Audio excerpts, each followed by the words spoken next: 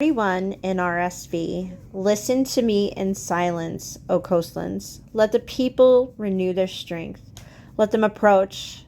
Let them speak. Let us together draw near for judgment. Who has roused a victor from the east, summoned him to his service? He delivers up nations to him and tramples kings underfoot. He makes them like dust with his sword, like driven stubble with his bow. He pursues them and passes on safely, scarcely touching the path with his feet. Who has performed and done this, calling the generations from the beginning? I, the Lord, am first, and will be with the last. The coastlands have seen and are afraid. The ends of the earth tremble. They have drawn near and come. Each one helps the other, saying to one another, "Take courage." The artisan encourages the goldsmith, and the one who smooths with the hammer encourages the one who strikes the anvil, saying of the soldering, "It is good."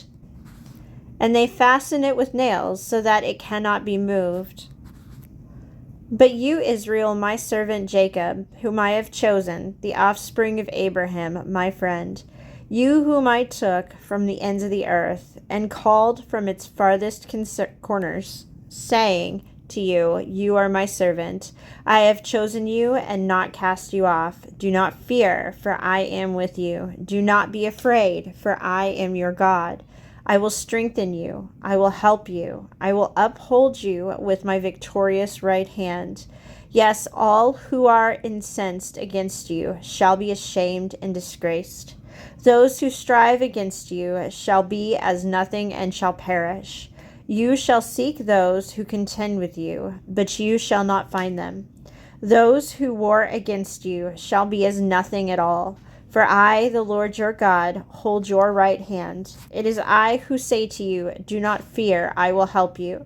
Do not fear, you worm Jacob, you insect Israel. I will help you, says the Lord. Your Redeemer is the Holy One of Israel. Now I will make of you a threshing sledge, sharp, new, and having teeth. You shall thresh the mountains and crush them, and you shall make the hills like chaff. You shall winnow them, and the wind shall carry them away, and the tempest shall scatter them. Then you shall rejoice in the Lord, in the Holy One of Israel you shall glory. When the poor and needy seek water, and there is none, and their tongue is parched with thirst, I, the Lord, will answer them. I, the God of Israel, will not forsake them. I will open rivers on the bare heights, and fountains in the midst of the valleys. I will make the wilderness a pool of water, and the dry land springs of water. I will put in the wilderness the cedar, the acacia, the myrtle, and the olive. I will set in the desert the cypress, the plane, and the pine together, so that all may see and know, all may consider and understand, that the hand of the Lord has done this. The Holy One of Israel has created it.